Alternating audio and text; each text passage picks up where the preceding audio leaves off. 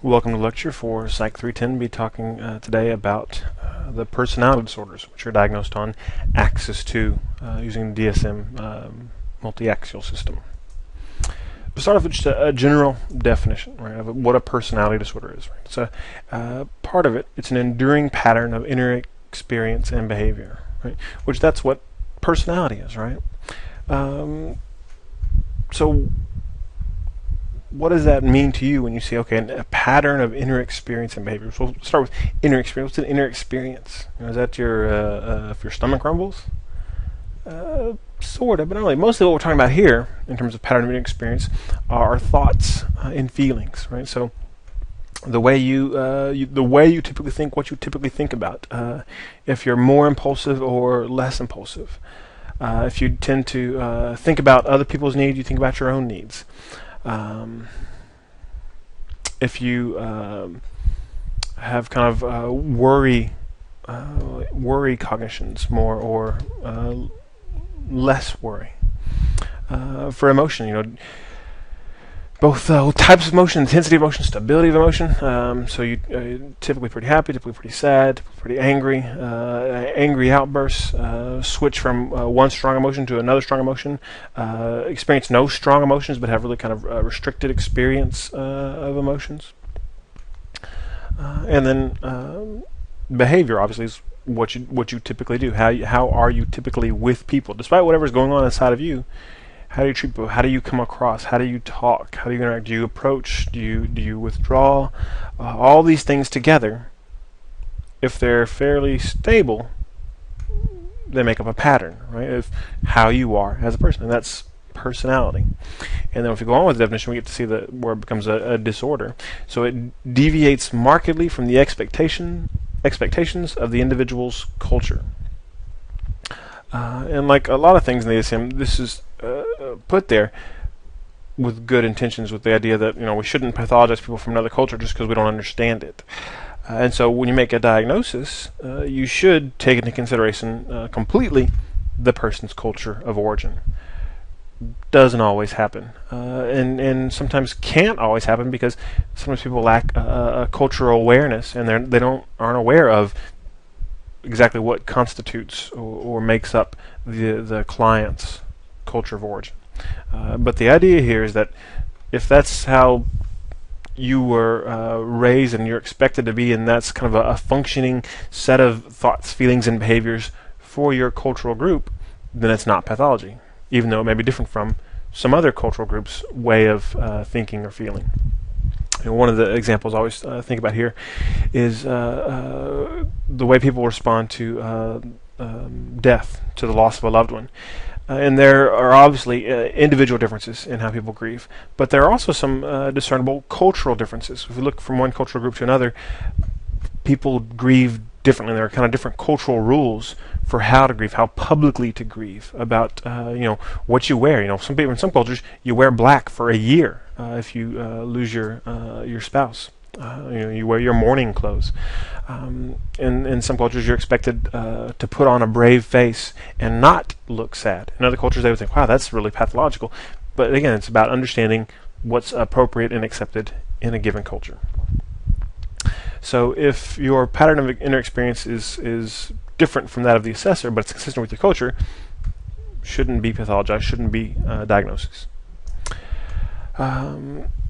And then this pattern of inner experience behavior, so your personality is pervasive and inflexible. So pervasive is you're not just this way in one setting. So somebody who's an athlete and involved in some sort of competitive sport, that to do well in that sport, she or he needs to be very aggressive and assertive, and sometimes disregard the rights of others. Right? Okay. Oh, were you in that spot? Okay, I'm sorry. I'll wait my turn. No, you bump them out of the way. Right? To do well, you may have to have certain behaviors and certain thoughts that fit to that setting, and it's adaptive for that setting. But that aggression and assertiveness might be less adaptive. If you go to the bank and somebody's in line in front of you and you give them a hip check, that you're probably going to get in trouble. So it's pervasive. This pattern, it's across settings, not just settings for which they're appropriate. And that's where the other part comes in. The inflexible is that you can't change how you are, how you think, how you feel when the situation demands it. So if you're super assertive and aggressive and you're in a situation where that's going to be punished and it's not appropriate, but you can't help yourself, then you have an inflexible pattern. Right? Most of us can alter how we are. People think, oh, well, I'm always this way. I'm always shy. No, even really shy people, when the situation demands it, can make themselves act more extroverted for a period of time. Usually, right? There's flexibility there if we have kind of healthy personality. And for personality disorders, the thinking is that they have less flexibility. They can't not be that way, whatever way it is we're talking about, whichever disorder. It's inflexible, and it's across settings. So we thought that the onset is in adolescence or early adulthood, which is consistent with some personality theories about when personality is formed, and the personality theorists can't really agree on exactly when personality is formed, but generally it's thought that adolescence, early adulthood, by then you've developed your key personality features. So it makes sense then that if you have a disordered personality, it would also occur by this time. Right? So when the personality is developing, it develops in a pathological way. Okay. And then the pattern is stable over time. So it's not just for a couple of months. Maybe you moved to a new town and your situation changed, and so you were like a different person for a while, and then you went back to being your old self. Now you're this way pretty much all the time. And then, like anything else, it leads to, that's in the DSM, it leads to distress or impairment. So being this way causes problems for you. Right? So it's interesting, though, that for the personality disorders, probably the least likely group of disorders to cause distress. They may cause impairment, but people don't usually present to a clinic saying, "I've got my personality is messed up. Can you help me?" It's personality disorders are ego-systonic. They're consistent with the way people see themselves, so they're not bothered by it. If they're really assertive and aggressive to a pathological degree, they think that they should be that way, and other people who aren't that way are patsies and pushovers. So it doesn't bother them that they're that way. It may bother them that they get in trouble for it. Right? That's where the distress may come, but usually they're not bothered by the way that they are. Usually, there are some exceptions. Okay, so that's kind of the general definition of personality disorders. And before we can go on and look at the criteria for the individual groups, let's talk a little bit more about a few other things just to be thinking about and kind of keep in mind. Questions to ask yourself when reading about these personality disorders. One is that is it better to think of them as they're presented in the DSM as categorical in nature, or are they more dimensional? And when we ask that question, we think, do they represent a different kind of inner experiences and personality? So inner experience and behaviors, are these different personalities than normal or healthy personalities, or is it just a matter of difference of degree of inner experiences and behavior? So for something like histrionic personality disorder, which we'll talk to in a little bit, one of the criteria is they're suggestible, high in suggestibility. So is somebody who's histrionic and has suggestibility and all these other traits, is that different qualitatively than other people, or are we all more or less suggestible and all more or less the other criteria together? And people who meet diagnostic criteria for that personality disorder, are they just higher on those aspects, on those personality traits, or is it really a different type of personality? So one thing to kind of think about when trying to figure, I don't know if it's different kind or different degree, is what are the dimensions of personality? And there are as many dimensions of personality as you can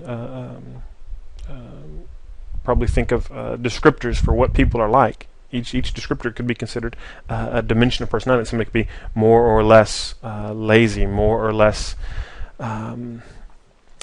fastidious, more or less miserly. Right?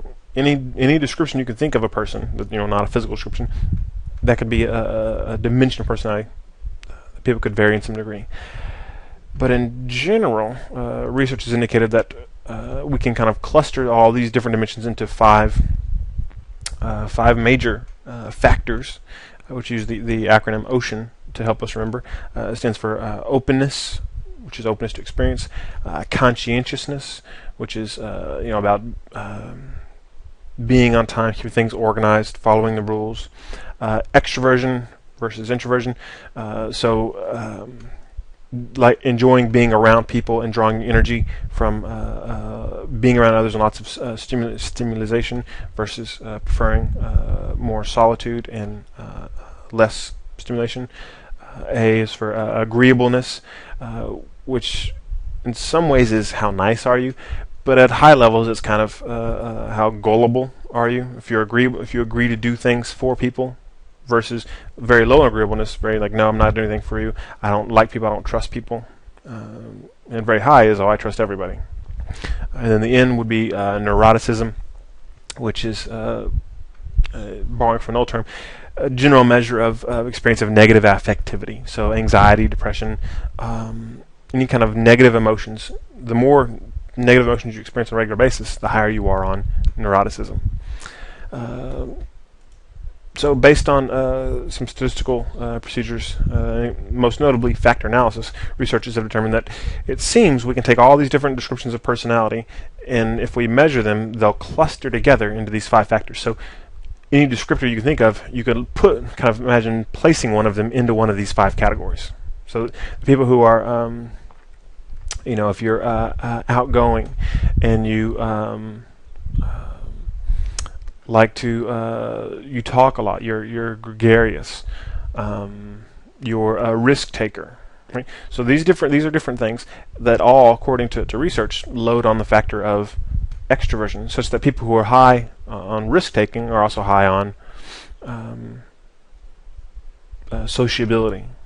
Right? So those things are correlated, they go together, whereas if you're high on those things, you may or may not be high or low on any of the other factors. So they've said, okay, you can take all the descriptors and you can parse them out into these 5 factors, generally, although it's not full agreement. But for personality disorders, we might think about different combinations of being high or low on these different factors might correspond to diagnostic categories. Okay, which most of the diagnostic categories involving probably high levels of neuroticism. Okay. Other questions. Are the personality disorder, is there gender bias with the creation or use of them? And this is a debated topic, and one reason that we suspect gender bias is there are gender differences. From looking from one disorder to the next, we'll see significant discrepancies in the number of men versus the number of women that are diagnosed with certain labels. Men much more likely to be diagnosed with antisocial personality disorder. Women more likely to be diagnosed with borderline personality disorder, histrionic personality disorder. And the question is, well, where does the bias come from? Are the diagnostic categories and criteria themselves biased? And it's debatable. I think you can make the argument that some of them are. Histrionic personality disorder seems to be the pathologizing hyperfemininity. Like think about masculinity and femininity, which aren't the same thing as man and woman, but aspects of these gender roles. People who would score really high on measures of femininity would probably meet criteria for some of the personality disorders, including histrionic personality disorder, maybe even dependent personality disorder. Whereas somebody scores really high on measures of masculinity, there are fewer disorders there to fit that. Maybe antisocial personality disorder in terms of disregard for the rights of others, but in terms of other things like being emotionally closed off, not open to divulging your own experiences, you could kind of think, okay, well, there's some patterns of inner cognitions and behaviors, the way that some men are in relationships, that would be pathological, but there's no diagnosis for that. And the majority of people who wrote and voted on the construction of these diagnostic categories and the criteria historically have been men. So yeah, there probably is some gender bias. Exactly where it is and where it comes from, not sure. But some of the categories may be more biased than others, and then there is also inevitably going to be bias whenever the diagnostic category are applied by individuals, because individuals will take their bias with them. Even though as clinicians you're trained to try to be aware of your biases to limit their impact, you can't eliminate them. So two people both present with the same exact symptoms, one a man, one a woman, and they may end up with different diagnoses, right? Because the criteria will be applied differently. Okay, well, you've in the past month been with 6 different sexual partners, right? If that's a man, they may not see that as pathological at all. They say, "Wow, you're really getting around." For a woman, they say, "Wow, that sounds like instability of relationships. That might be borderline personality disorder," right? Because when we apply these diagnostic criteria, it's in the context of our biases related to gender roles and expectations for men and expectations for women. Okay. So there may be bias in the criterion, in the categories themselves, and then there's definitely bias in how they're applied. Another question about personality disorders is, why is the level of comorbidity so high? And this is comorbidity with other personality disorders and with other Axis 1 disorders. For example, if people diagnosed with borderline personality disorder, in one study they reported 85% of individuals who met criteria for that personality disorder also had an Axis 1 diagnosis. We also know there's a lot of overlap, where if you get one personality disorder, you're pretty likely going to have another Axis 2 or personality disorder diagnosis. So is it the case that people really do have these different problems? Maybe, and it could be that one problem precipitates another problem. Especially with Axis 1, Axis 2, where we say, okay, well, having this Axis 2 disorder, having this pathological personality, having this way of interacting with the world, which is what personality is largely about, if it causes you interpersonal distress and it screws up your relationships, it wouldn't be surprising to see you experiencing levels of anxiety and depression that were clinically significant. So shouldn't be too surprised to see some Axis 1 disorders, major depression, maybe generalized anxiety disorder, co-occurring with some of the personality disorders. So that may be that there's different problems, and the problems may be related where one influences the development of the other. But a part of it can also be the fact that we have not the best diagnostic criteria, and not the best in terms of clearly identifying this thing is different than this thing, right? Because we don't have, there's not mutual exclusivity. There's overlapping diagnostic criteria, such that one particular behavior might be diagnosable in multiple disorders, might be indicative of more than one thing. And because of this symptom overlap, it can be hard to say, okay, well, you have this symptom, and it could be this, or it could be this, and you have a couple other symptoms of each. Oh, I don't know if it's this or this, but you meet criteria for both, so you have both. So is it really you have both, or do you really just have one of those disorders and one or two other symptoms or behaviors that happen to be consistent with the other disorder, but you don't really have that disorder? You don't respond to treatment the same way as other people who have that disorder. You don't have the same background as people who have that disorder, such that disorder doesn't seem to describe you well.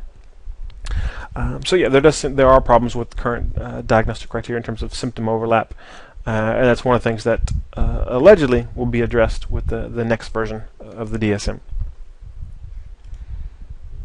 Okay, so we've talked about the definition of personality disorders. Now for the diagnostic criteria for personality disorders, in general, it's a pervasive pattern of inner experiences and behaviors. So all the stuff we talked about before, beginning by early adulthood, just like we said, and present in a variety of contexts. So there's that pervasive, and then as indicated by X numbers of or more of the following. And the number of symptoms of criteria you have to meet differs depending on which disorder we're talking about. But in general, they all kind of go like that. 4 of this many, or 7 of this many, whatever it is. And then there's some rule out. Does not occur exclusively during the course of some other disorder, and the different disorders will name certain particular ones to help you make sure you distinguish between them. Like the cluster A personality disorders frequently say does not occur exclusively during the course of schizophrenia, right? So if the symptoms only occur when you're having these kind of Axis 1 episodes, which are thought to be more time limited, then it's not a personality disorder, it's just that Axis 1 disorder. But again, rather than that happening that way where you just get one disorder, what tends to happen is you get diagnosed with the Axis 1 disorder and the Axis 2 disorder in real practice. And then it's not in the criteria, but as in the definition of the DSM we talked about already, it's also noted that the pattern deviates from expectations of the individual's culture. So that part's not built into the criteria, but it's kind of elsewhere in the manual that some clinicians, again, ignore, sometimes unintentionally. Okay, let's take a look at the personality disorders. We break them up into clusters, and there's some evidence that the clusters are distinct, such that people who have a cluster A disorder are more similar to each other than they are to people that have cluster B or C, but not entirely. And some people might have a disorder from more than one cluster, which would kind of negate the importance of having these clusters. But when they first developed, they thought, okay, these seem to all to be similar. These couple of disorders seem to be similar to each other and different from the others. We'll put them in a cluster. Same thing with B. Same thing with C. And they do have some commonalities in terms of the criteria. So, cluster A disorders, individuals generally appear to be odd or eccentric. It includes paranoid personality disorder, schizoid personality disorder, and schizotypal personality disorder. And there's ongoing debate, like most things about diagnostic categories. But many people feel that these personality disorders actually just reflect manifestations of something that's diagnosed on Axis 1 in terms of schizophrenia, delusional disorder, all these things which are thought to be on the schizophrenic spectrum. So the idea that there's some spectrum that people vary from very much like schizophrenia to not at all like schizophrenia, and that people with these personality disorders are above the norm in terms of what people are typical people are on this spectrum. You know, most people aren't very schizophrenic, but they're not as high on the continuum as people who meet criteria for the full-blown Axis 1 disorder. You know, they're not having well-developed hallucinations and delusions, but they're kind of like they're almost there. And some people think that these personality disorders may even be prodromal forms of the Axis 1 disorders. And prodromal just means before you develop the full syndrome, right? Such that you might have paranoid personality disorder now, but then later go on to develop, after you have your first psychotic episode, develop paranoid schizophrenia. Okay? But there is debate about that. But in many ways, it makes sense, and some of the research supports that they are on a continuum. Okay, so looking at these, the first one, paranoid personality disorder, involves pervasive distrust and suspiciousness of others, such that their motives are interpreted as malevolent, as indicated by 4 of the following. So we just have 4 symptoms. So it's distrust and suspicion. So not necessarily to the level of paranoia that the government's spying on me, right? Or aliens are trying to read my thoughts and I have to stop them, right? It's not to that. It's not quite that level, but just general being a distrustful and suspicious person, and thinking that people are out to get you. So suspects without sufficient basis that others are exploiting, harming, or deceiving him or her. And this can be tough to verify, because you have to figure out whether or not they have sufficient basis to think people are exploiting them. So if you have somebody who's maybe an older adult who's being taken care of by his or her family, and they receive disability checks, which their family says, we'll cash them for you and we'll take care of you, and they are suspicious that their family's ripping them off. How do you know that the family's not ripping them off, or the family really is just trying to take care of this person? Sometimes it can be difficult to figure that out, and that's why we don't use just one symptom to diagnose a disorder. So they have to have more than that. So might have preoccupied with unjustified doubts about the loyalty or trustworthiness of friends, which again, we're kind of getting into some of the problems with these criteria. If you have the first one, if you suspect people are exploiting, harming, or deceiving you, how could you not have the second one, right? How could you not be preoccupied? Say, oh yeah, I think people rip me off, but no, I never think about it. I'm not worried about it.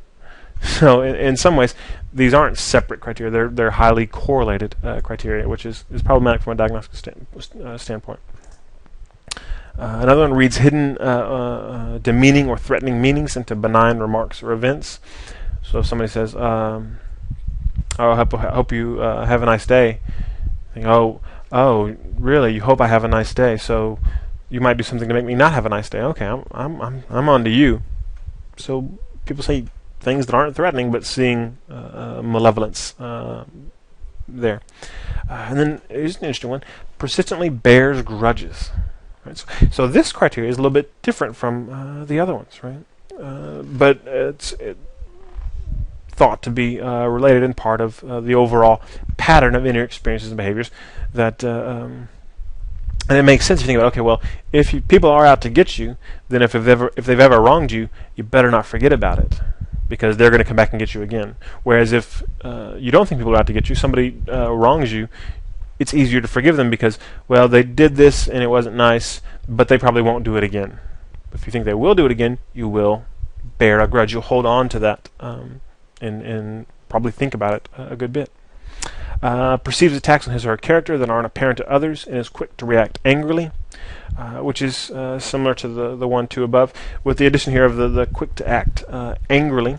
So somebody who lashes out and not just is angry, but angry because they think somebody has slighted them, right? They've disrespected them. Might be paranoid personality disorder. And then has recurrent suspicions without justification regarding the fidelity of a partner. Okay. And again, can be difficult sometimes to determine if there's sufficient justification or not. Especially, unfortunately, seems in this area, if there's a couple and one member of the couple is deployed, the husband or the wife, both members of the couple frequently have recurrent suspicions regarding the fidelity of the partner. And whether or not there's sufficient justification is debatable. In some cases, it seems that, yeah, it makes sense that you'd be suspicious given what your friends are talking about, either over there or back here, regarding both places, right? Okay, but paranoid personality disorder in general, 4 of these things, again, it's all about not trusting people and being suspicious. So not this organized set of beliefs around some organization out to get you, but in general, people can't be trusted. Okay. And believing it to a degree that it affects your relationships, right? So it's causing impairment or distress. And again, probably not distress in terms of, yeah, I really wish I wasn't so mistrustful, but why do you think I should be different? You're trying to get me too, aren't you? And so they don't see themselves as being too mistrustful, but they may be aware of the problems that are existing in their lives. Whether or not they mean that connection between their degree of mistrust and suspicion and the problems varies by individual. Okay, schizoid personality disorder. This one's a pervasive pattern of detachment from social relationships, so not being connected to other people, and a restricted range of expression of emotions in interpersonal settings, as indicated by 4 of the following. So whenever they're interacting with people, if somebody tells a joke, if they laugh, which they probably wouldn't, if they did, it would be like, ha ha, but they wouldn't smile, their eyes wouldn't light up. If they told you that their dog died, my dog died yesterday, there'd be no tonal modulation, nothing in their voice, in the expression of their emotion that will be consistent with what they're talking about. There's a mismatch there. There's some sort of disconnect between what you would expect to be their internal emotional experience, which we can't observe, and their outward expression, which we can observe. So, well, in this situation, we would expect you to look happy or to look sad or to look angry, and they don't. Right? So they don't. They aren't emotionally expressive, and they're detached socially. So these individuals neither desire nor enjoy close relationships. So this isn't the shy person pining away and just kind of, well, I'm a little socially awkward. I wish I could be around people more. The thinking here is that there's no real desire to get close to people. They may interact with people, but they won't have really close friends. Consistent with that, they'll always choose solitary activities. Has little, if any, interest in sexual experience with another person. And not that they have no sexual desire. They may masturbate, but they have no desire to experience sexual contact in an interpersonal setting. Takes pleasure in few activities. Just doesn't seem to enjoy doing things. Lacks close confidants other than first-degree relatives. Appears indifferent to the praise or criticism of others. Oh, that was so great. Okay. You suck. Okay. So again, just this kind of disconnect from other people. And then going back to that emotion, shows emotional coldness, detachment, or flattened affect. Which flattened affect is, again, just not showing any emotion and being very flat like this. And yes, the most horrible thing happened yesterday, but then the most wonderful thing happened this morning. So people that seem apart from the world interpersonally. And at the first criterion we talked about there was they don't desire or enjoy close relationships, and they certainly don't seek out close relationships. They don't have close relationships. And if you ask them, do you want to be in a close relationship? No, I don't. Are you afraid to be in one? No, I'm just not interested. But in some research in people that were diagnosed with schizoid personality disorder, some of them when interviewed and using various assessment tools, including writing, indicated that they do find the loneliness painful. So what's not clear is, does that mean we have a misunderstanding of the personality disorder, or were those people misdiagnosed, and really people who truly have schizoid personality disorder really have no desire? And the people that wrote the DSM would obviously argue that those people were misdiagnosed, and that when the initial assessment took place, people didn't do a thorough enough assessment to really determine if they desired close relationships. And not just, I don't want to be in one because I'm scared of getting hurt, but that, no, if I got hurt, didn't get hurt, I wouldn't get hurt. People have no interest for me. Right? Okay, related to that one is schizotypal. Right? This one is a pervasive pattern of interpersonal deficits marked by acute discomfort with and reduced capacity for close relationships, as well as by cognitive or perceptual distortions and eccentricities of behavior, as indicated by 5 symptoms. Right? So these people are also going to be the loners, right?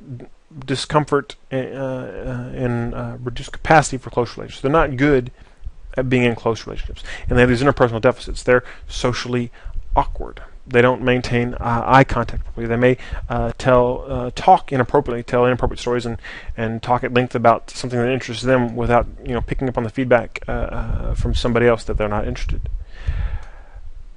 And they're and probably because of their interpersonal deficits, they're uncomfortable interacting with people, especially at an intimate level, because they're not sure of themselves. But they differ from the schizoid individuals in that there's a desire to have the relationship. So they want it, it's just really uncomfortable, and they're bad at being intimate. Okay?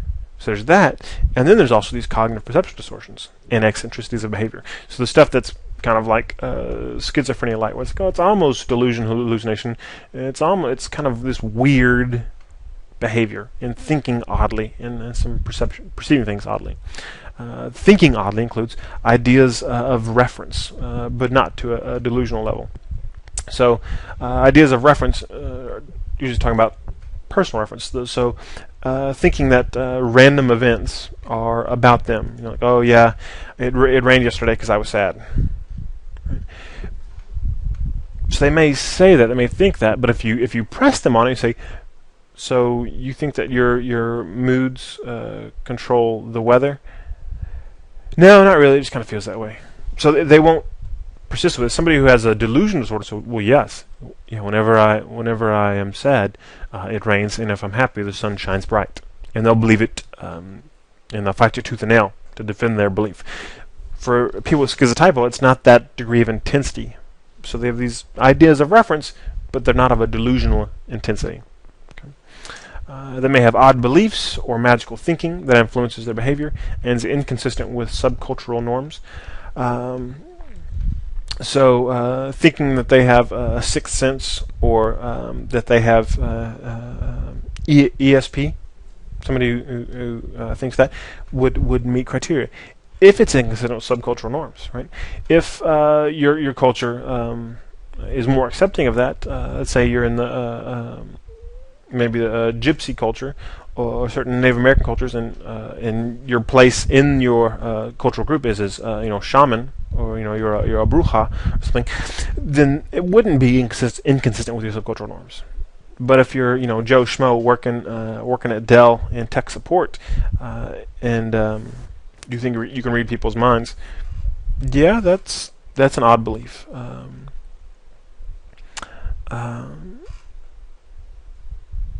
And magical thinking too.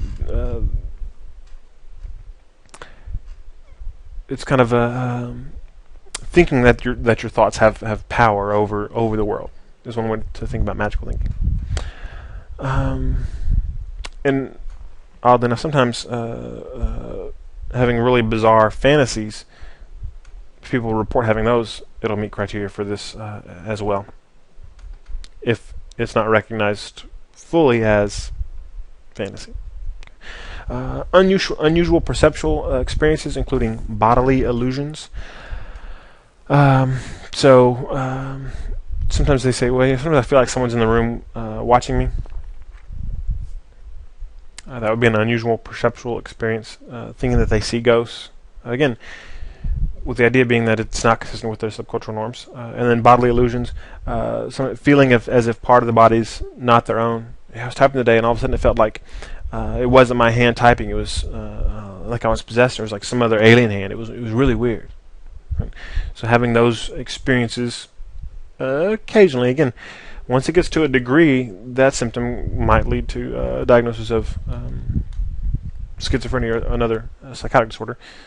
This is at a lower degree. You have some kind of weird perceptual experiences. Odd thinking in speech, which we can't see your thinking, but we can see your speech. So when people say just kind of weird and inconsistent things, that we characterize as odd thinking in speech. So I was something like, I went to the grocery store the other day and I was going to get some ham, but they were out of cheese, so I decided to get peanut butter instead because it goes really good with gravy. That's kind of an odd thing to say. It's like, how does that make? How did if you can't follow the connections, it's not disjointed thinking yet. But it's kind of this odd thinking. It just has a different flavor to it. Suspicious or paranoid ideation, which we see in paranoid personality disorder, right? So these people that are suspicious and think about people maybe being out to get them. So we talked before about symptom overlap. So if you're, you can see how it'd be easy to get diagnosed with both paranoid personality disorder and schizotypal personality disorder if you had a bunch of schizotypal criteria and you had this particular one involving paranoia. Inappropriate or constricted affect. Inappropriate affect would be laughing at something that's sad, crying at something that's funny. So somebody tells you that their mom died and you laugh at them. That's inappropriate affect. Constricted affect is that what we talked about before about restricted affect, where they don't show a wide emotional range. Behavior or appearance that is odd. So just being kind of weird. Wearing a cape to school in high school. That would be odd appearance and odd behavior. Lack of a close confidence other than first degree relatives, which is a verbatim same criteria that's in schizoid personality disorder. So again, you see why there's some overlap here. And then excessive social anxiety that doesn't diminish with familiarity and tends to be associated with paranoid fears. So somebody who's schizoid thinking won't have much social anxiety because they won't They just don't want to be around people, and it doesn't bother them, but they don't enjoy it, so they don't do it. People with schizotypal, they may want to be around people, but they experience a lot of social anxiety.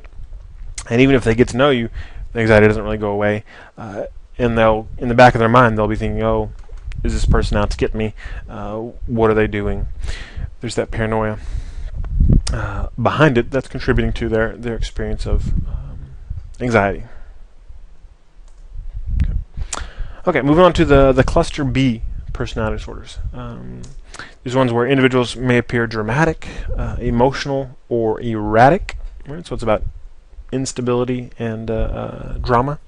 It includes antisocial personality disorder, borderline personality disorder, histrionic personality disorder, and narcissistic personality disorder. Start off with antisocial. A pervasive pattern of disregard for and violation of the rights of others, occurring since age 15, as indicated by 3 of the following. Okay, so if you don't care about the rights of others and you violate the rights of others, how would you show that? Right? And obviously, one way would be punch somebody in the face, steal their stuff, but there are other ways too. If you were maybe CEO of a tobacco company and you knew your product killed people, but you promoted it anyway in order to make lots of money, that would be consistent with disregard for and violation of the rights of others. Let's look at the criteria. So, failure to conform to social norms with respect to lawful behaviors, which is a very fancy way of saying getting arrested. Right? So, social norms being the law, respect to lawful behaviors. So, if you do illegal stuff and get arrested, or even if you don't get arrested, if you break the law, that meets criteria. Deceitfulness, so lying, using aliases, conning others for profit, or sometimes just for pleasure, just enjoying lying to people and fooling people. Impulsivity, or failure to plan ahead, with the idea being that, well, if you're worried about other people, you will plan ahead, but if you're just worried about yourself and you don't care about the rights of others, then no reason to plan ahead, and whenever you feel like doing something, you do it. And so there's greater impulsivity. Irritability and aggressiveness, which the aggressiveness obviously makes sense that, sometimes if you need to get your way and you don't care about other people, you'll have to rough them up. The irritability doesn't fit as much with the idea of antisocial personality disorder, but it occurs enough with people that have these other features that it becomes a diagnostic criteria. Reckless disregard for the safety of self or others. So, drunk driving. That's reckless disregard for the safety of self or others. You're putting yourself in harm's way, and anybody in the car with you, and anybody else on the road you might come across. That would meet criteria for that. Consistent irresponsibility. So again, you have certain responsibilities, certain obligations, but you consistently don't follow through in them. So the person that lives at home with their parents and doesn't help out with the rent, and maybe you're supposed to have this job, supposed to pay some rent, but you just call in sick sometimes because you don't feel like going. Right, and maybe you're supposed to pay this child support, and you're like, I'm not really going to do that. Right, that would meet criteria for antisocial personality disorder. So not meeting your responsibilities because you don't care about other people's rights. Right, and then a lack of remorse because it's all about not caring about other people's rights. And this lack of remorse is where some people think, okay, this sounds very much like sociopaths. And there is some overlap, between antisocial personality disorder and sociopathy, but there is no diagnostic category for being a sociopath, the key feature of which seems to be lack of remorsefulness. But again, you don't have to have lack of remorse to meet criteria for antisocial personality disorder. So there's some difference. If you look at people who are diagnosed with antisocial personality disorder, some of them will be sociopaths. Some of them will be psychopaths, people that take pleasure inflicting pain on others. But not all of them. They can be a fairly diverse group. And just looking at the criteria, you can see that most people that are in prison, some that are in jail, but most people that are in prison meet criteria, right? Getting arrested. Usually, once you've gotten arrested, you've lied a fair bit, and if you've gotten arrested, you probably didn't plan ahead, or you would have gotten away with it. And so, not surprising that it's a high rate of diagnosis of antisocial personality disorder in the prison population. Not all of which probably have that personality disorder, because a lot of times the reason we can go back and say, okay, well, you meet criteria, but here's kind of the circumstance situation that led to that behavior, and it's not a consistent pattern. You weren't always this way. You're not kind of a habitual criminal, always disregarding the rights of others, or somebody who is trying to support their family and through a variety of reasons and circumstances was not able to do it in an illegal way, and so had to violate the rights of others, but felt bad about it, didn't want to do it.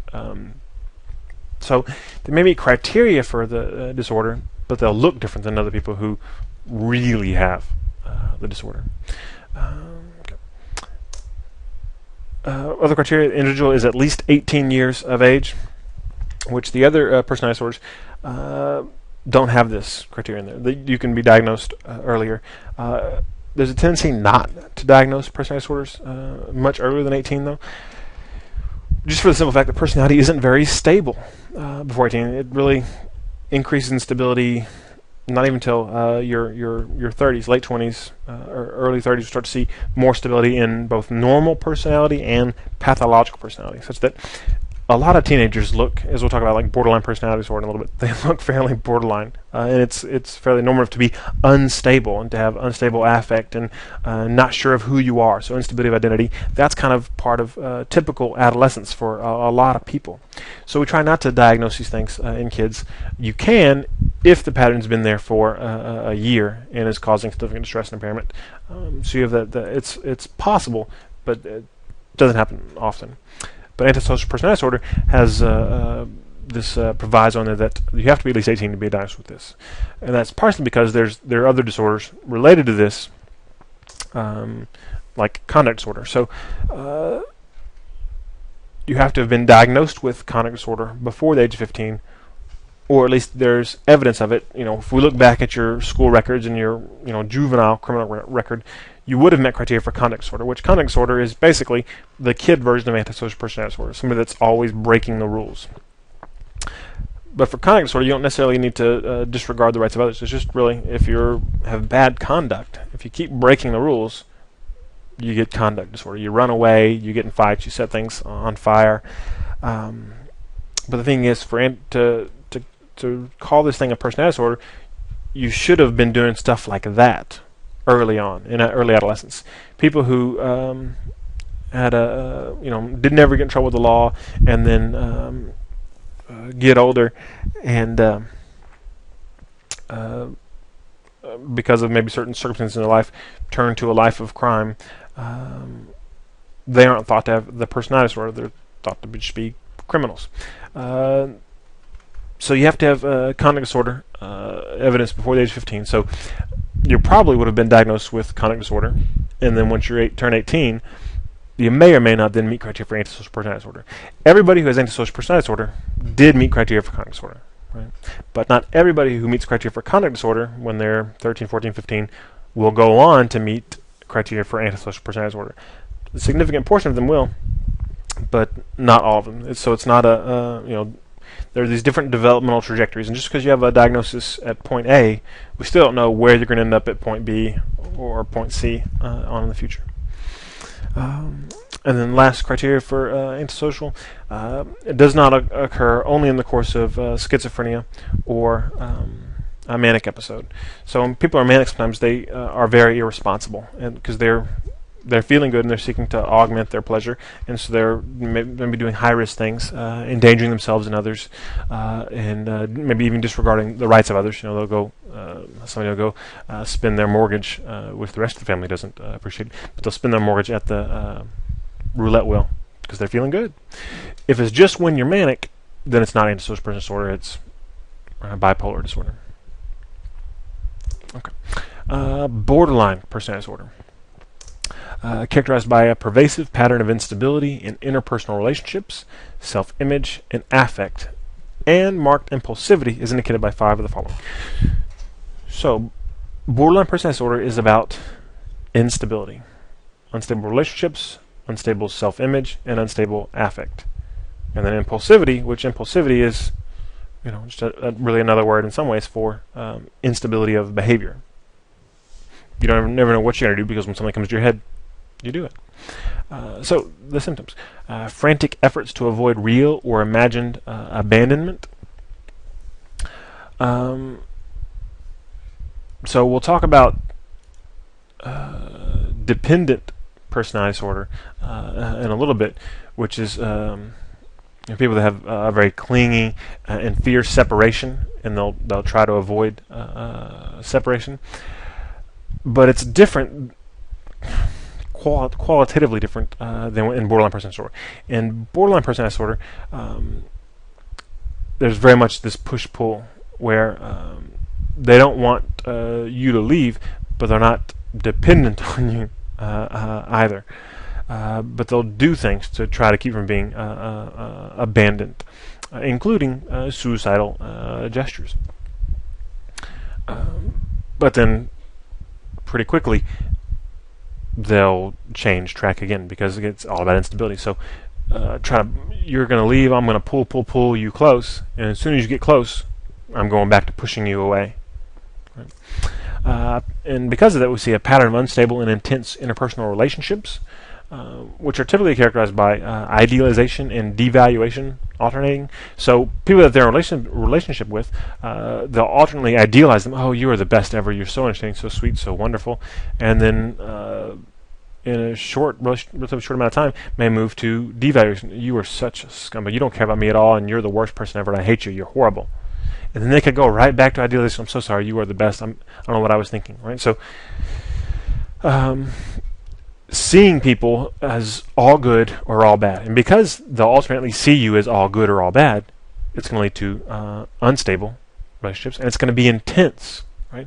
If you're in a relationship with somebody and they think, and they say you're the best ever, that's going to be an intense experience. And then if they say you're the worst ever, and I wish I'd never met you, that's an intense interpersonal experience as well. Not surprisingly, we see identity disturbance. So this is about having an unstable self-image, which again, there could be kind of idealization, devaluation of the self. So, no, I'm really great. I'm good at everything, and people don't understand how good I am, or I'm horrible. I'm not worth anything. In just kind of my own clinical experience, there tends to be more devaluation of the self among people with borderline personality disorder. At times, they will move to acting as if they think they're great, but at the core, there seems to be a real devaluing of the self, and not thinking that they are worthwhile, which that in itself is an identity disturbance. Impulsivity in at least two areas that are self-damaging. So spending sprees when you're not super rich, going having lots of unprotected sex, substance abuse, binging would fall in this, reckless driving. So doing things on the spur of the moment that aren't good for you. Again, with the idea being, okay, there's some emotion usually, and then I'm going to do some impulsive behavior in response to that emotion without thinking about the consequences. Recurrent suicidal behavior, gestures, or threats, or self-mutilating behavior.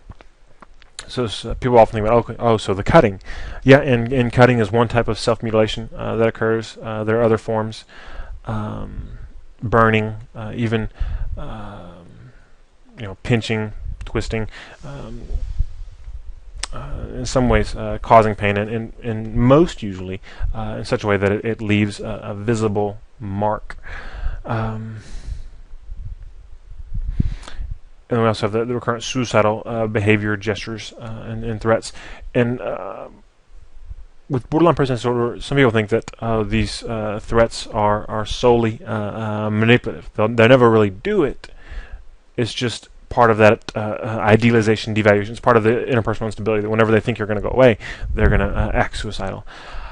And I think there is some of that, but there's also some very real suicidal ideation where they're highly ambivalent about it, and at times they really do want to die.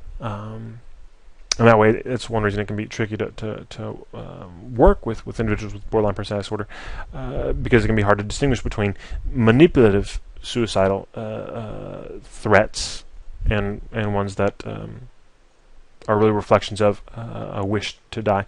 And what I usually tell my grad students is, it in some ways it doesn't matter in terms of what you do, because if even if it's manipulative, it's not uncommon for them to make some gesture. They'll take some pills, cut a little bit, and then to take more pills than they anticipated, cut deeper than they thought they would, or they take some pills and they think the roommate's going to come home and find them, but the roommate has a flat tire, and they'll be just as dead if they meant to kill themselves as if they didn't. So I always tell people, it doesn't matter if it's manipulative. You need to react in an appropriate, clinically appropriate way.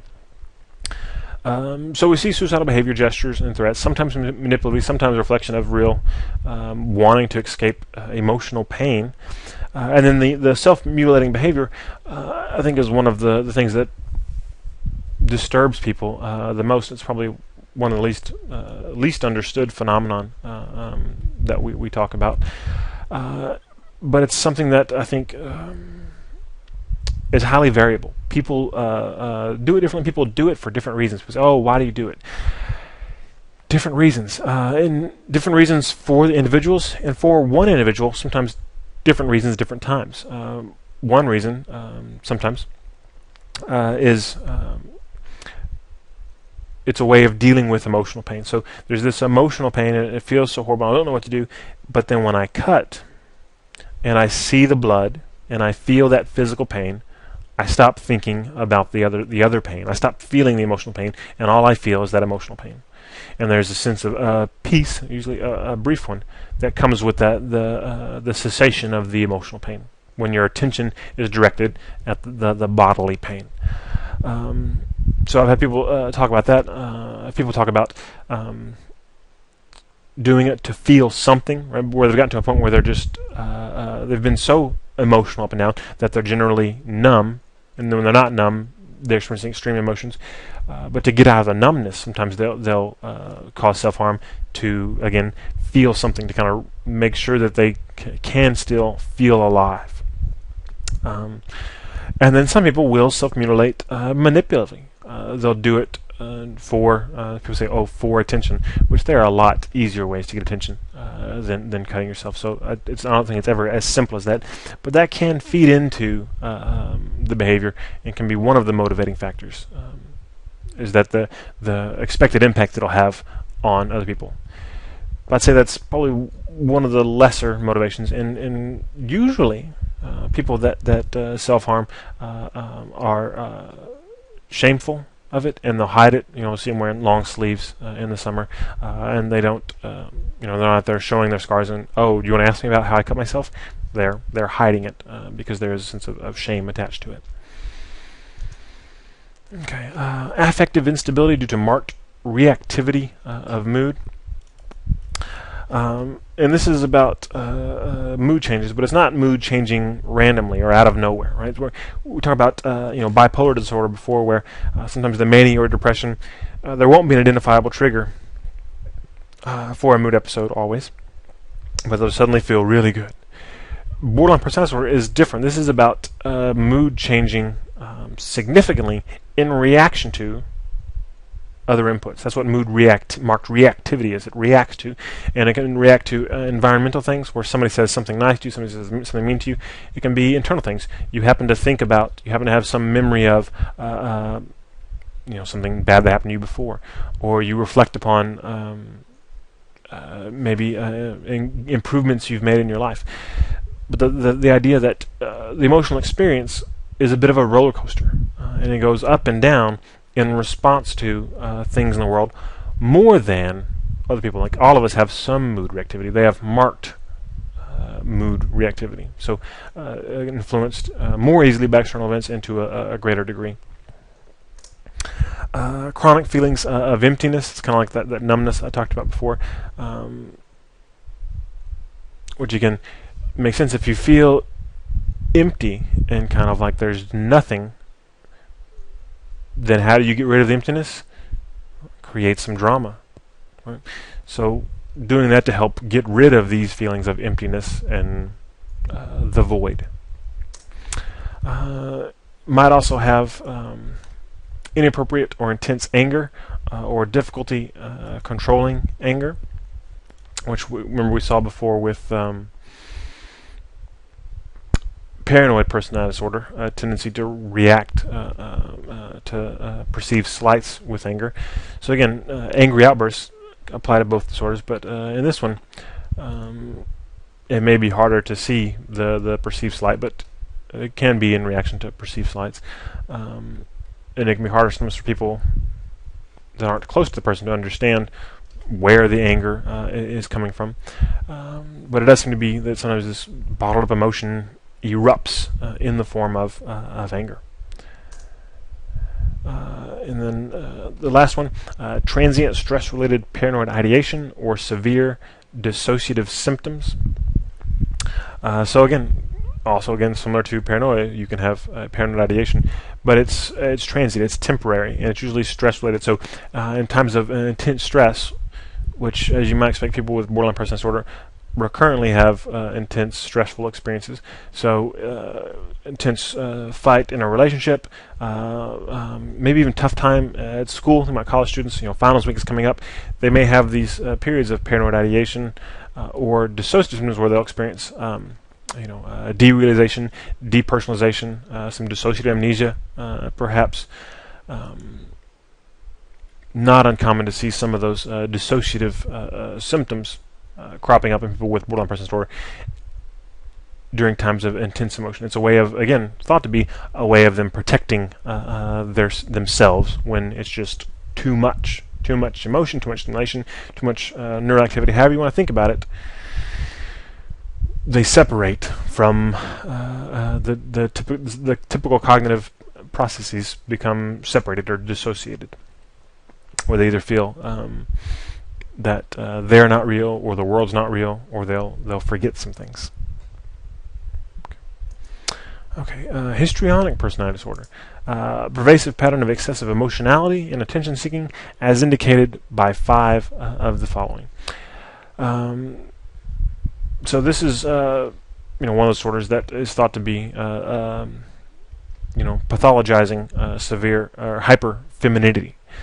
We think about people who score high measures of femininity, expressing emotion and experiencing lots of emotions tends to be associated more with women than with men. And then attention-seeking versus wanting to be alone also seems to be associated more with women than men. But we could see, hopefully you could see that it would make sense to possibly have a diagnosis for insufficient emotionality and rejection of attention-seeking, but we don't so much have that. But individuals who have histrionic personality disorder are uncomfortable in situations in which he or she is not the center of attention. So at a party, if somebody else is more entertaining, more attractive, getting more attention than them, they will ratchet up their behavior to deal with that, to regain the center of attention, or they'll leave because they won't be comfortable with it. Right? Interaction with others is characterized by inappropriate, sexually seductive, or provocative behavior. So, when you interact with somebody who they don't know very well, reaching over and putting their hand on their thigh. No, it's just so great talking to you. I feel really close to you right now. And they just met them. That will be consistent with histrionic personality disorder. Which, again, this is applied differently. So, a woman who's sexually aggressive might be thought to be inappropriately seductive or provocative. A man who goes up to a woman in a bar and says, "Hi, nice shoes. Do you want to go home and have sex with me?" He's thought to be a jerk, but not necessarily is he thought to have histrionic personality disorder. Right? So gender roles are playing a role here. Displays rapidly shifting and shallow expressions of emotion. So in borderline personality disorder, we have these shifts of emotion, but they're intense, so they're deep. These are shallow expressions of emotions. Oh yes, it was so horrible. We lost my dog yesterday, and I cried, and it was horrible. But then it was so wonderful because I got a new puppy, and it's so great. So they will talk about things, and it's not like the schizoid where it's like this, but it's not no emotion, but it's shallow emotions. So the sadness isn't very deep on the surface, and even the happiness isn't deep, and it seems they can shift easily from one to the other. So it feels disingenuine. Consistently uses physical appearance to draw attention to self. So if you dress nice, histrionic personality disorder. But individuals who really meet criteria for disorder tend to be identifiable in terms of they dress differently than other people. So it'll be excessive adornments, jewelry, clothes. So for women, lots of bracelets, necklaces. For men, the open shirt and the big chains. Probably was it the Jersey Shore people with the tanning and the gym and laundry. So doing a lot of stuff to your physical appearance to get people to look at you would be consistent with histrionic personality disorder. They have an impressionistic style of speech that lacks detail. So if you ask them about what they do for a living, I like to talk to people and I sell things and I buy things and it's just fabulous. What? Like, you're not sure what exactly they're talking about. It's, again, there's a lack of depth there where they seem a bit disingenuine. Self-dramatization, theatricality, and exaggerated expression of emotion. So again, it kind of goes back to being the center of attention. They'll talk about themselves and be very dramatic about it, and they may swoon. Lots of use of nonverbal behaviors in terms of gesturing with the hands to get their points across, and really exaggerating their emotional communications. They tend to be pretty suggestible in terms of, wouldn't you agree that, Snoopy would make a great president? Oh, yes, that's a great idea. So the idea that they don't have any kind of core convictions, and that to maintain attention from others, they will tend to agree to other things quite easily. And then they tend to consider relationships more intimate than they actually are. Oh, my dear friend, who I've known for ages. Oh, I just love him. I love her. And it's their dry cleaner who they've gone to for the past 2 weeks. So they tend to perceive greater intimacy than the other person would acknowledge. So again, excessive emotionality, but not emotionality in the same way that we see in borderline personality disorder. This is more surface level. Everything's at the surface. It's all about attention and me and drama, but we don't see as much of the intensity in borderline personality disorder. Narcissistic personality disorder, a pervasive pattern of grandiosity in fantasy or behavior. So either imagining you're great or acting as if you're great. Need for admiration and lack of empathy, as indicated by 5 of the following. So here we see this lack of empathy. Well, that sounds kind of like antisocial personality disorder, doesn't it? And yeah, that it can be hard to distinguish sometimes between the two, because are you disregarding their feelings, or are you not aware of their feelings? Which is it? And for narcissists, the idea is that they have a lower awareness of other people's feelings because they're so focused on their own. Whereas somebody with antisocial personality disorder might be aware of your feelings, but they don't give a crap. Okay? So things we see: grandiose sense of self-importance. So again, thinking you're the best. Preoccupied with fantasies of unlimited success, power, brilliance, beauty, or ideal love. Right? So I'm going to be the greatest ever, the most powerful, or this relationship is going to be one that goes down in storybooks. People will probably write songs about it. It's probably a movie, because this love that I feel and that I'm capable of will be beyond what anybody else can feel. But again, it's about the self and not so much about the other person. Believes that he or she is special and unique and can only be understood by or should associate with other special people. So again, kind of looking down on others. and I pity you. You know that you can't really relate to me because you're not special like me. They tend to require excessive admiration, which means that they tend to be uncomfortable and not the center of attention. Which, who else is like that? Oh yeah, the one we just talked about, histrionic personality disorder. So again, we see this overlap. But the reaction tends to be a little different. For histrionic, when not the center of attention, they'll ratchet up their behavior to get more attention. For somebody who's narcissistic, if they're not the center of attention, their reaction is more likely to be anger, right? And kind of scorn for, how dare you not recognize my superiority. Versus histrionic is more, well, I just need to draw more attention to myself if I'm not getting it. Has a sense of entitlement. You should give me things because, of course, I deserve them. You should type up all the notes from class for me. It'd be much easier for me to read that way, and I could learn better. So I need you to do that and go ahead and highlight a textbook for me. So I can just look at the important parts because I don't have time for the less important parts. Is interpersonally exploitive, which again, overlap here with antisocial personality disorder. But the difference is, with antisocial personality disorder, they're not necessarily exploiting you because they think they're better, just because they want to. They're enjoying it or they're getting something out of it. For somebody who's a narcissist, they're exploiting you because you're not as good as them. So of course they're gonna make you mow their lawn and not pay you, right? Or come up with some sort of shady business deal where you're getting ripped off. As we already talked about, lacks empathy. Interestingly, is often envious of others, right? Or believes that others are envious of him or her, which the second half kind of makes more sense.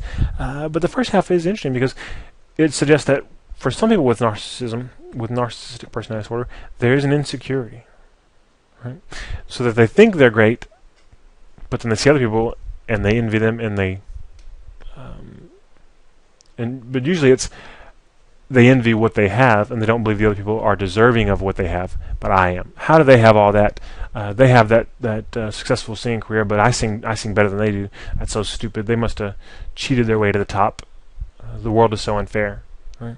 So envious because people have stuff that they should have. And then lastly, arrogant or haughty behaviors or attitudes, which is consistent with most people think about narcissism. Okay, the last cluster, cluster C, individuals may appear anxious or fearful, includes avoidant personality disorder, dependent, and obsessive compulsive. So we have kind of the odd cluster A. We have the erratic, dramatic cluster B. In cluster B, you might even see, well, antisocial narcissistic more or less go together, and borderline histrionic go together, but then there are other overlaps as well.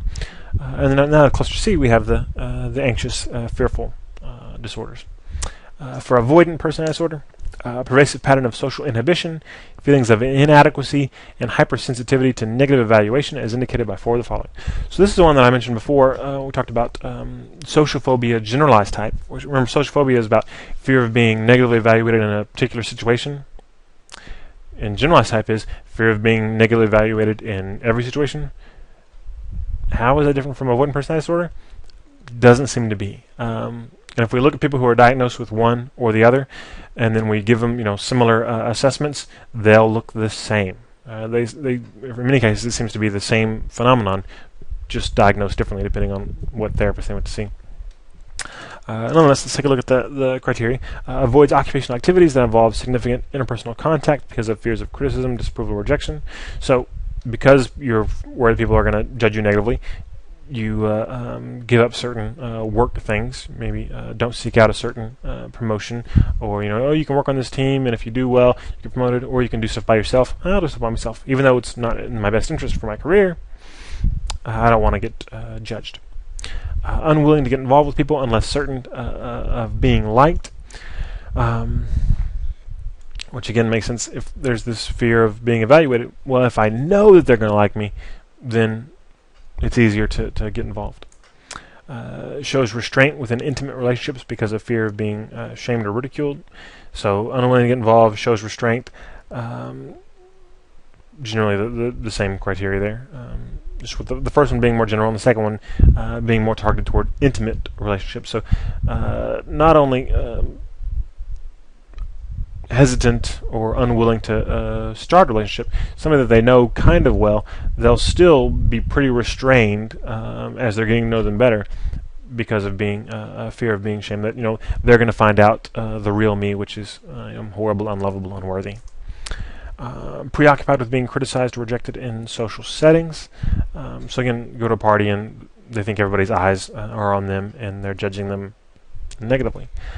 Inhibited in new interpersonal situations because of feelings of inadequacy, which makes sense. So they don't do much. They're inhibited. They don't go introduce themselves.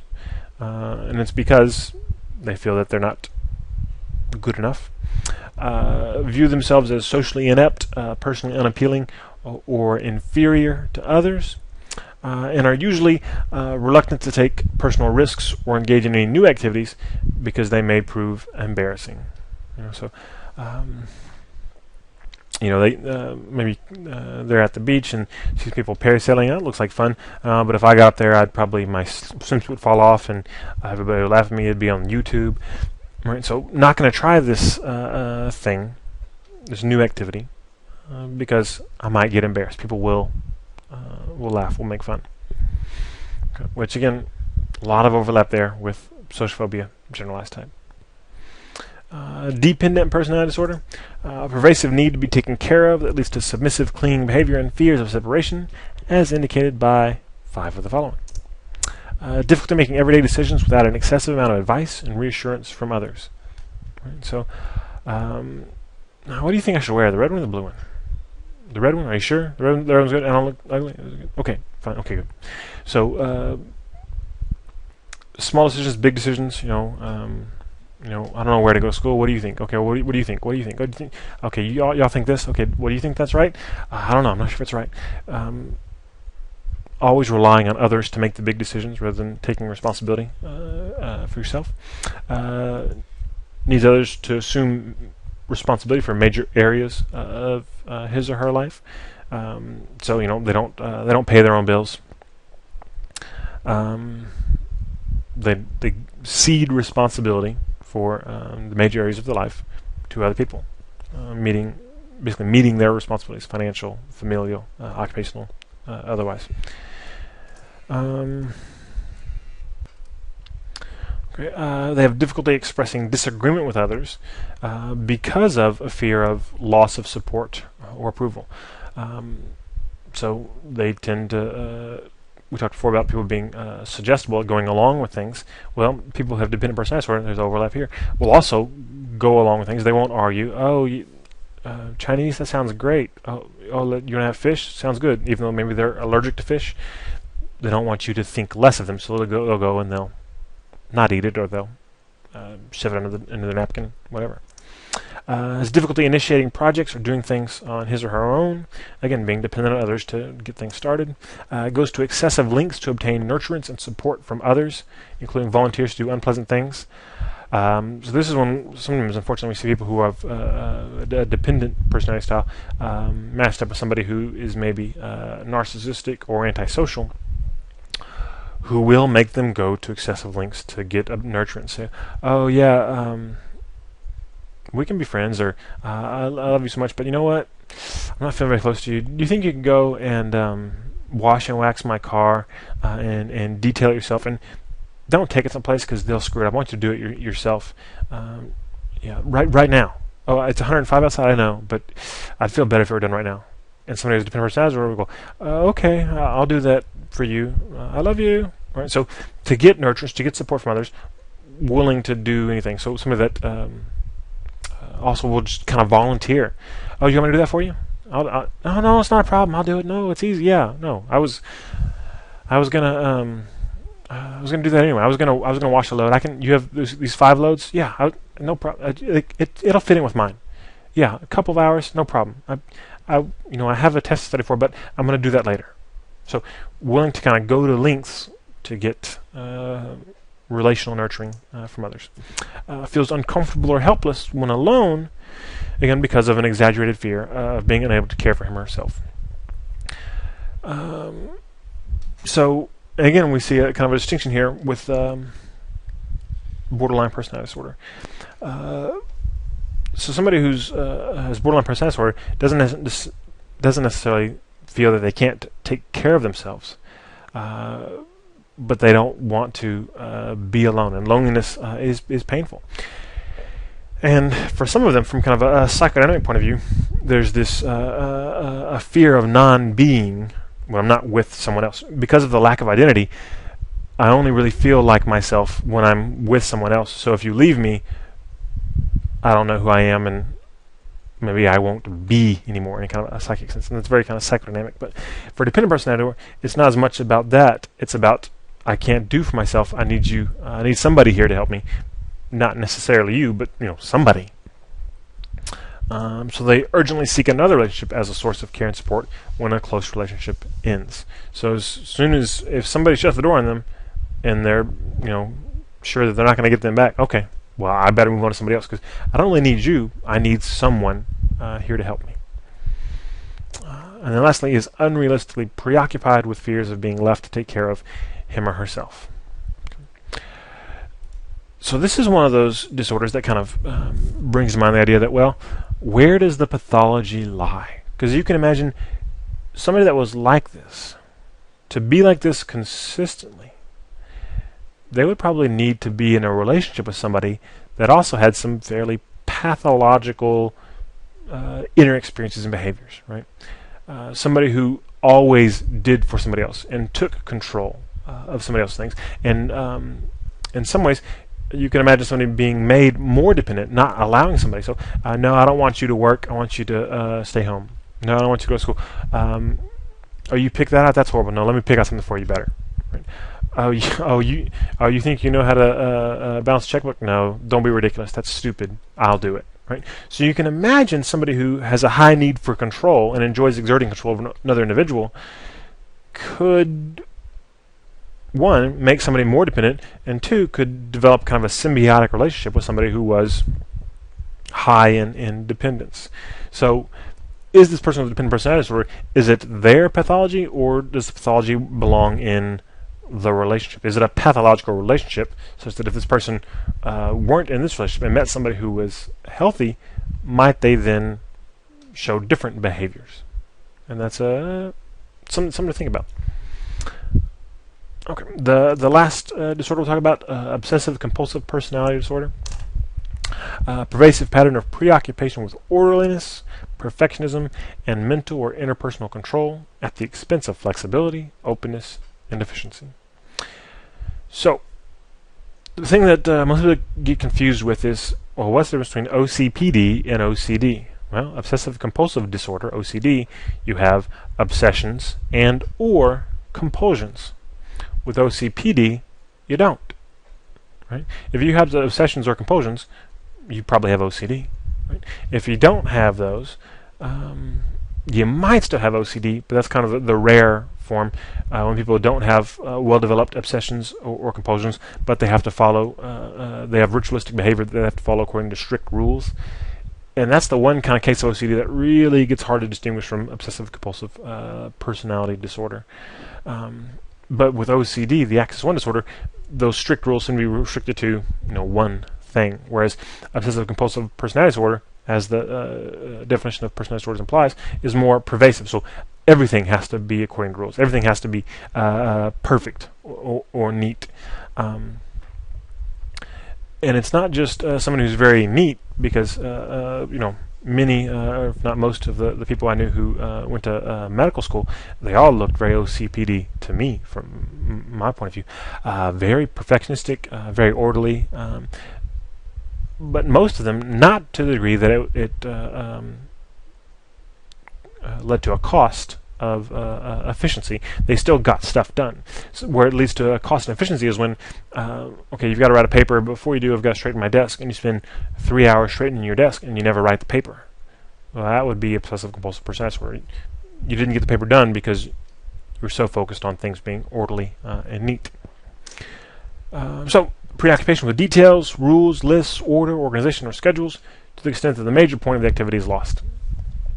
So you don't get the stuff done, or you don't have fun. If the point of the activity, you go out to have a good time, but you focus so much on all the details and the rules. Okay, we're going to play tennis, but first let's make sure we have the rules straight. And no, that you bounced the ball too many times, or your toss was too high. You've had too many tosses. Whatever. They get too focused on rules, on order, that the point of what they're doing gets lost. They show perfectionism that interferes with task completion. So again, you can't get it done because it has to be perfect. Excessively devoted to work and productivity to the exclusion of leisure activities and friendships. So somebody who's a workaholic might have OCPD. That's one of the criteria. Right, over-conscientious, which, remember, conscientiousness is one of those traits we talked about at the very beginning, ocean. Over-conscientious, scrupulous, and inflexible about matters of morality, ethics, or values. So the inflexibility doesn't just apply to keeping things neat. It's not just there a certain way that things need to be done, in terms of organizing your stuff. In terms of the rules of the world, there's a right and there's a wrong. Right? And if you violate that, then that you're wrong. And no, there's no gray. If you, I don't care if your kid was dying, you shouldn't have stolen that medicine. Stealing is wrong. Right? So an inflexible view of morality or values, and kind of overly conscious, where they're always looking for and trying to be exactly right, and often taking pride in being right in that way. Unable to discard worn-out or worthless objects, even when of no sentimental value. So this is where you get the hoarding. Would fall under obsessive-compulsive personality disorder for now. It's possible that hoarding will be separated out into its own disorder in the future, or at least as a specifier in the next version of the DSM. But for now, it's kind of where hoarding falls in. Is under OCPD. And then a reluctance to delegate tasks to others unless they submit to your exact way of doing things. Because again, it's about control. So everything's neat, things should be a certain way, and no, I can't let you do it unless I know you're going to do it exactly my way. So if you ever watched that, was it Flipping Out? What's that guy's name? Jeff something or other. People talk about him being OCD. From what I've seen, he looks more OCPD. He has to have things a certain way. He's very much obsessed with perfection, difficulty delegating tasks unless people do things exactly his way. It's about control. He doesn't have obsessions or compulsions, so more OCPD than OCD. Adopts a miserly spending style toward both self and others, so not going to buy you a nice gift for Christmas, which kind of fits in again with that hoarding piece, that I got to keep all this stuff. Because if I keep it, I might need it. You never know. And if I keep it, I have control over it. If I spend it, if I throw it away, I'm giving up control. Obsessive personality disorder is all about that high need for control. And then shows rigidity and stubbornness. Which, again, if things should be a certain way, this is kind of that, and you believe it, and you stick to your guns. Not just, oh yeah, things should be at a right angle on my desk. But you disagree, okay, that's fine. No, they need to be, and they're going to fight you on it. Okay.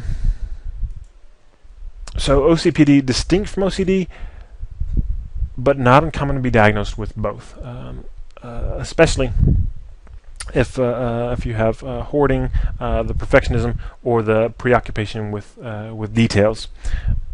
Not uncommon to also experience obsessions or compulsions. So a fairly high rate of comorbidity between OCD and OCPD. But again, not always. Okay, so now thinking about all the things we just talked about, which I know is a lot. There's a lot of disorders here. But thinking about the disorders we've described, go back to that early question, because it's one of the important ones, about does it seem that these things are categories? And okay, well, yeah, this is a type, and it's qualitatively different than anybody else. I don't know anybody that's at all like that. Or do they seem to be things that are more on continuums where you can say, okay, well, I can see somebody who's kind of like that, and somebody who's a little more like that, and somebody else who's kind of like that. Or maybe you think to yourself, oh, I'm a little bit like this, not much like this, or a lot like this. And if, like me, I'll admit my bias here, if you believe it makes more sense to think about it on a continuum, where's the line? Where would you draw the line for something like obsessive compulsive personality disorder? Somebody who's very detail oriented and has to have things a certain way and is very much about control. How do you figure out when that's somebody who likes a lot of control to, okay, no, that's too much. You need too much control. Where do you figure out where that line is? Or somebody who prefers not to take the lead in a relationship, because if both people always want to take the lead and want to decide where to go to dinner, that's going to lead to conflict too, right? Somebody has to give in sometimes. So if somebody is more prone to giving in and giving in to the wants or needs of others, at some level it rises to dependent personality disorder. But again, where's that line? At what point does putting others' needs ahead of yourself, go from being a virtue to being pathology? How do you figure out where that line is? Okay, so those are the kind of things I want you to think about when thinking about these personality disorders, because they are probably the most controversial disorders in the DSM. Okay, that's all for now. Take care.